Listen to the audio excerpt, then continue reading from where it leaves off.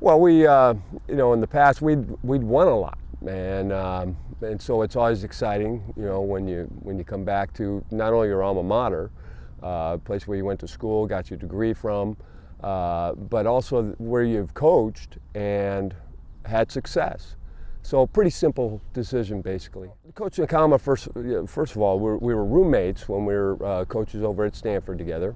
So that wasn't difficult at all. I know Dave on a personal level, I know Dave on a professional level, and so from that perspective, that was easy. And I like his style, I like the way that he does things, and so that was an easy marriage.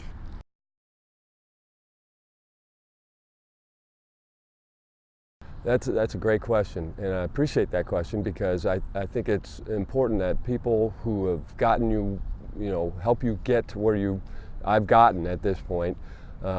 People like, Coach Ferraro, who gave me my first start as a Division I coach, great tactician, a very, very good strategist and very organized, those type of things, those qualities.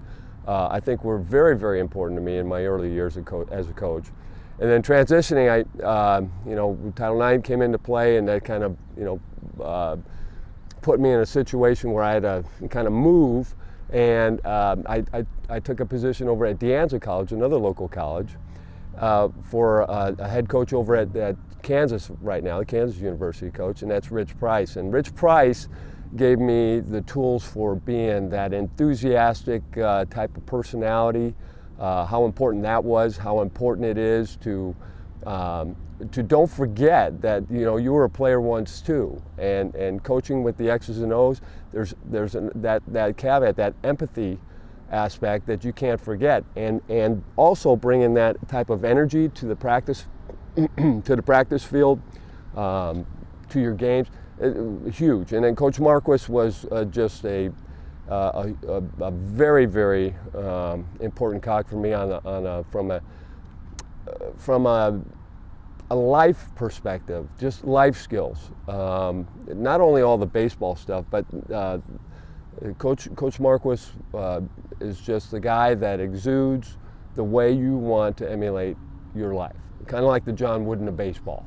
And so to take all those skills, put them to work, and the integrity that he has for the way that he lives his life, and take that to a baseball field, that's pretty important. I was very, very fortunate to experience that.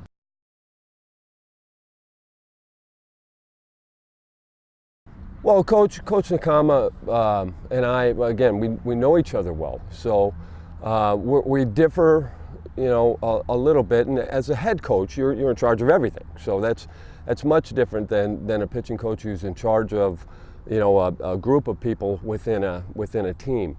But from my perspective, the way that I'm going to convey, I do it one way. I've molded this thing over time. It's just the way it's my beliefs and the way I do things, my philosophy, and that's to be that energetic guy, to be that guy that shows up every day with that plan, that organizational stuff that you need to move a group of people along in the right direction.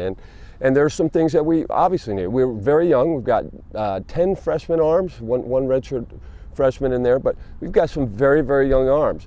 But philosophically, if you can convey what you really believe and you incorporate that into your practice scheme, and ultimately you carry that into games, you're going to have success and over time. I think I've had success, so I've been very fortunate that way. I've had great talent, but most importantly, these guys, these younger guys, get a chance to really experience things from one coach and moving forward, have this one dynamic in philosophy that we can carry on. And I did recruit Calais Contrati, so I know Calais, the only senior pitcher I have. So Calais and I are on the same page, and we'll move this thing forward.